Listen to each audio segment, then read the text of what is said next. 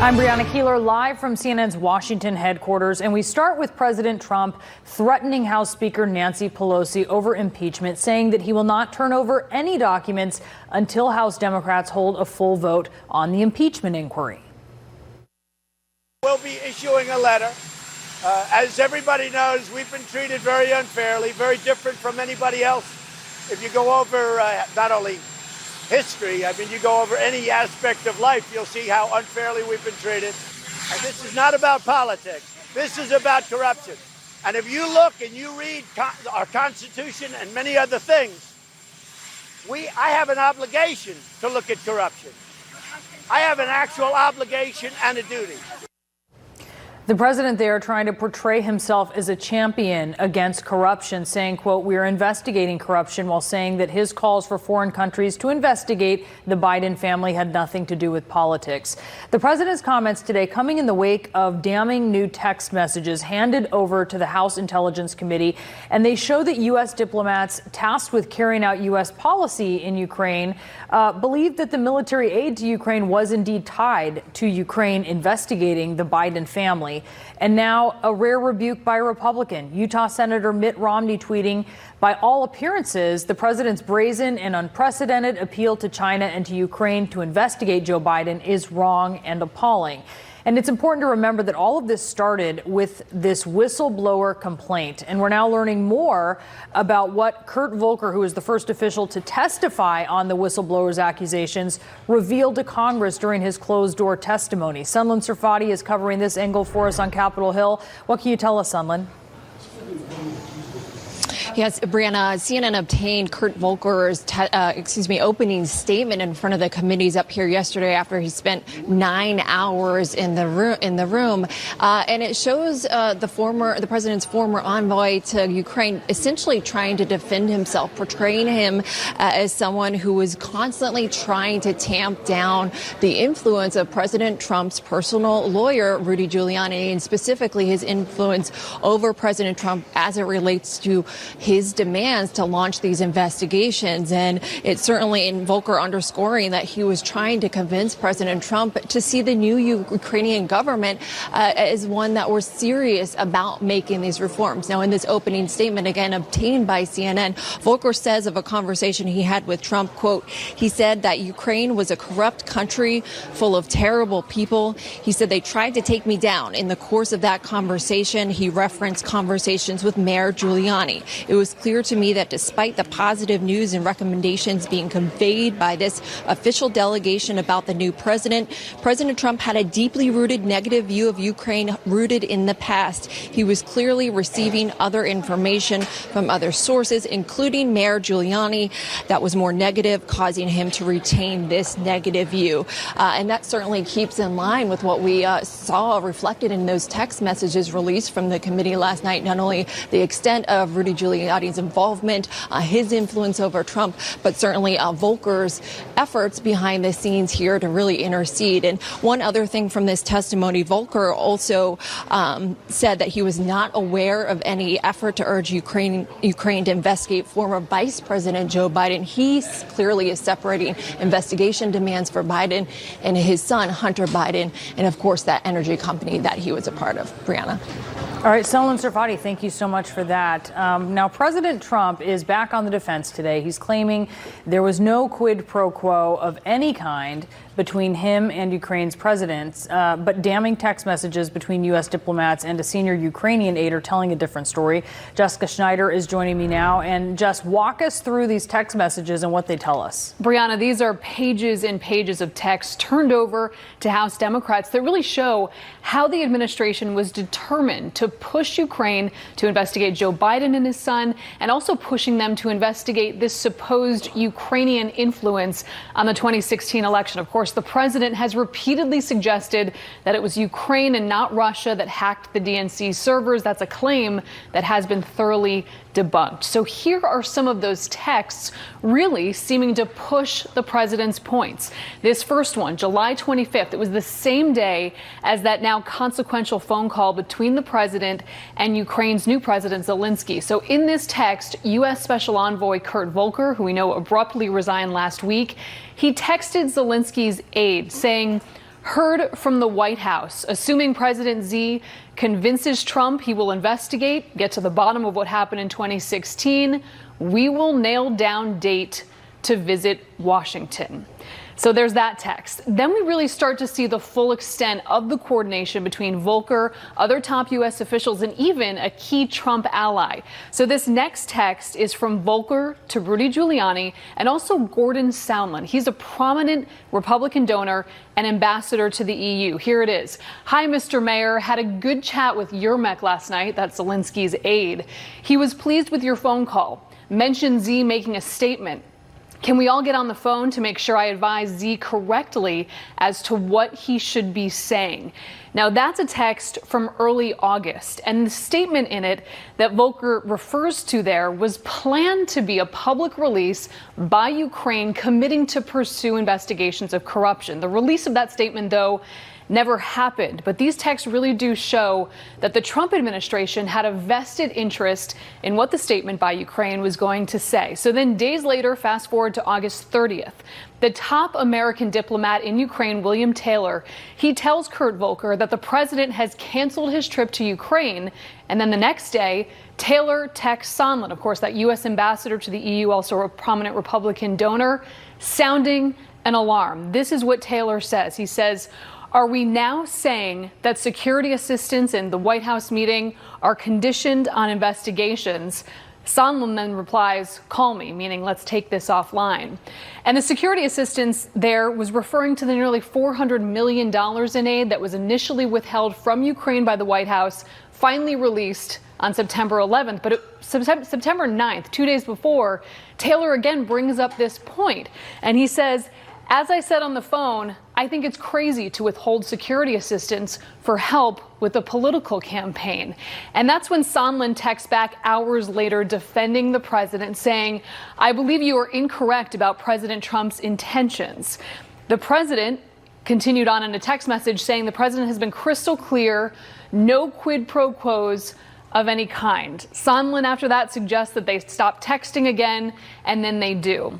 So you can see this debate about a notion of a quid pro quo, but really this series of texts shows just how involved top officials were pushing the president's agenda to get Ukrainian officials to investigate the former vice president and his son's business interests in Ukraine, Brianna, and also push some of Trump and Rudy Giuliani's conspiracy theories about Ukraine's involvement in the 2016 election, which they say was in favor of Hillary, which of course has been disproven, but definitely a damning series of text messages here. Brianna? Sure is. All right, Jessica Schneider, thank you so much for walking us through all of that. And let's talk this over. There is a lot to talk over with former U.S. Attorney Greg Brower, CNN political analyst and congressional reporter for The Washington Post, Karin Demirjian, and CNN chief political analyst Gloria Borger. Okay, Gloria, let's start with you because there's so much information that we've gotten with Kurt Volker's opening statement and with these text messages that Jess so beautifully walked us through here, but it's a lot. So to you, what are the headlines that really stand out when you look at all of this? Well, I think what you see in these text messages, first of all, is State Department officials who were concerned that there was going to be a quid pro quo. I mean, that comes through loud and clear in Taylor's text, at which point Sondland, hours later, which I think is key here, responds, oh, no, that's not what the president wants. But there was concern. And then if you look at the opening statement of Volker that CNN has gotten, it's very clear that he was worried and that he finally seemed to be saying to the president of Ukraine, look, you want to get your money?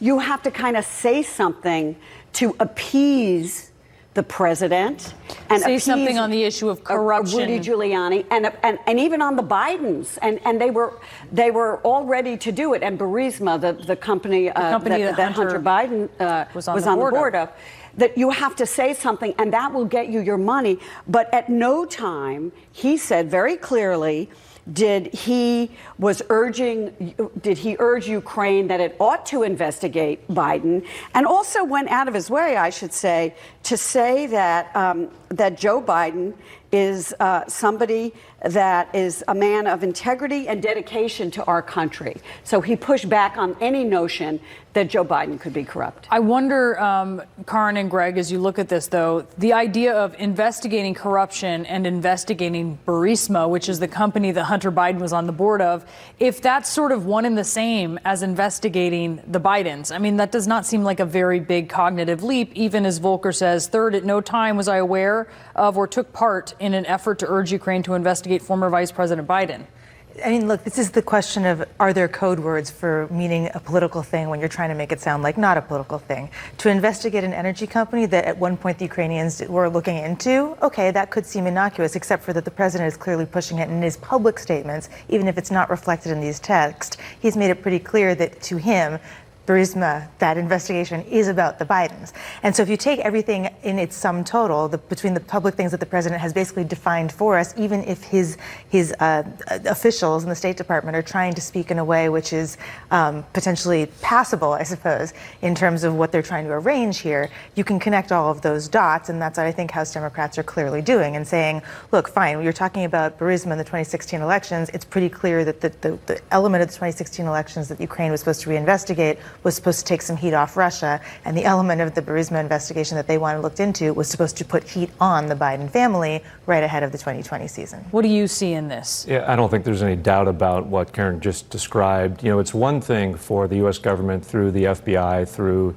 the DOJ, even through the president, to encourage our foreign partners in other countries to cooperate on anti-corruption efforts generally. That happens every day. We do training in other countries. It's very important to the global effort.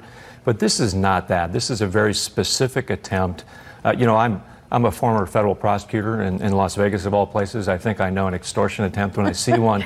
This is a clear quid pro quo where something is being offered or held back in exchange for a promise to do something else. It's a classic scenario. The context and now the text messages, I think, fill in the blanks. And I don't think there's any other way to look at this. And at one point, the diplomats are saying they're consulting with Rudy Giuliani or informing him of what Zelensky might say publicly, right? What he might say publicly. And it seems to be a pretty general statement on corruption. But that, Gloria, does not suit what Giuliani thinks the president wants. No, the president wants, we're going to investigate Burisma, we're going to investigate the Bidens. We're going to investigate 2016. Right. He wanted to be clear, right? Right. And I'm old enough to remember when Rudy Giuliani actually wanted to be Secretary of State and they turned him down. And now he's behaving here as if he is the Secretary of State. And the Secretary of State is actually calling Rudy Giuliani to kind of say, well, you know, we've passed this along, we've passed your concerns along, because he knows that this is what the president wants. So it's everybody saying, okay, how do we get the aid to Ukraine? Because everybody seemed to be convinced, except for maybe the president, Rudy Giuliani, that the aid needed to go to Ukraine. And how do we work around this so we can get the money where it belongs to this country that is trying to fight Russian aggression? Yeah, which is also in the U.S. interest. Is there a legal exposure here that you see? Or is this more an issue of something, this is about what Congress could take up and this is a political question? You don't look at this and see, oh, that is a crime? Well, in this, at a minimum, in my opinion, in the traditional sense, this is a huge political problem, would be a huge political problem for any president, you know, going back to ancient history like the last president, right? But beyond that, it could be a campaign finance violation, depending upon additional details that need to be flushed out. I mentioned extortion. I mean, there is actually a federal statute that prohibits extorting foreign officials. That, I guess, should be examined.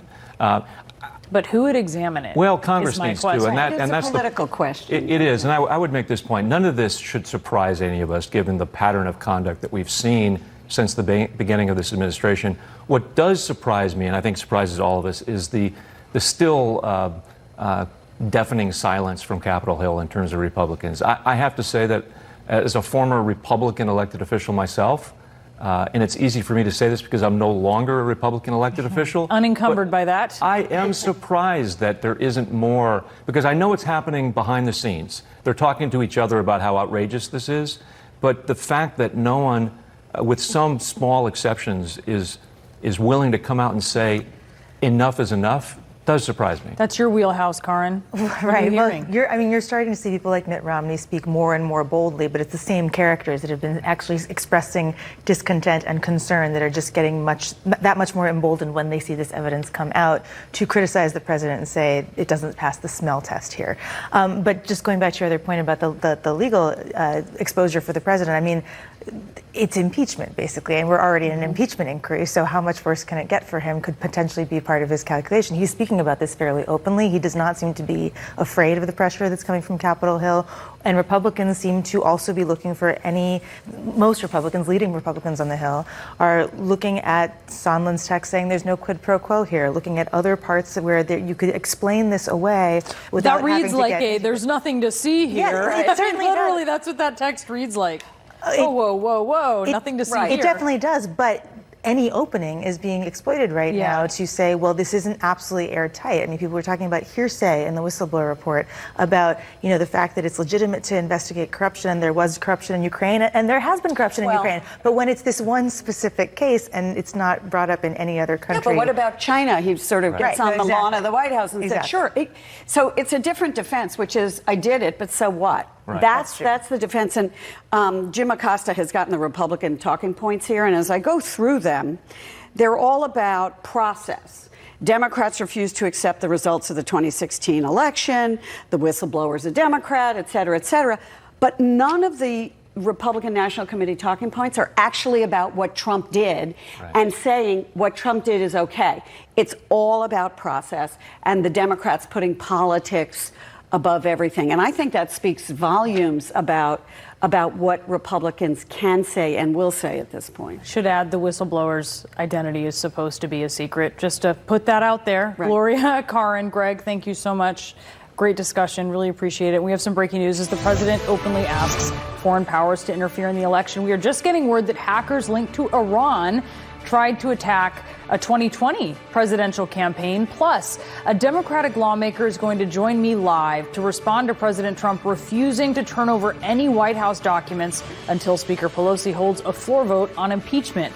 And most Republicans silent after this new wave of revelations, but the pressure back home is mounting.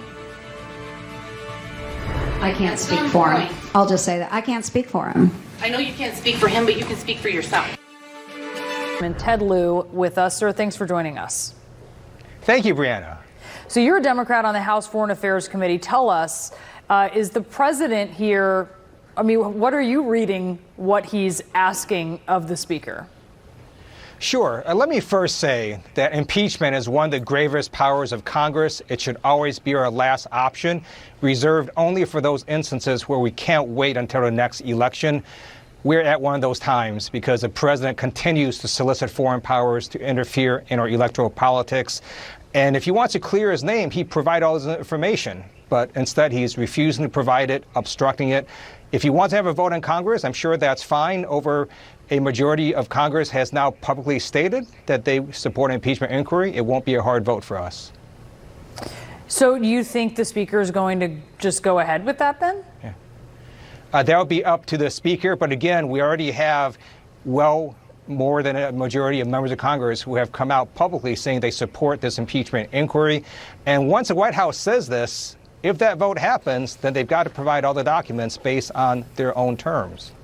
CNN has obtained the opening statement from Kurt Volker, the former U.S. envoy for Ukraine negotiations, and also text messages that now Congress has at their disposal that reveal a lot of the discussions between diplomats who were in touch with Rudy Giuliani and were discussing what the Ukrainian president needed to do to be basically right with the U.S. What is your reaction to these text messages?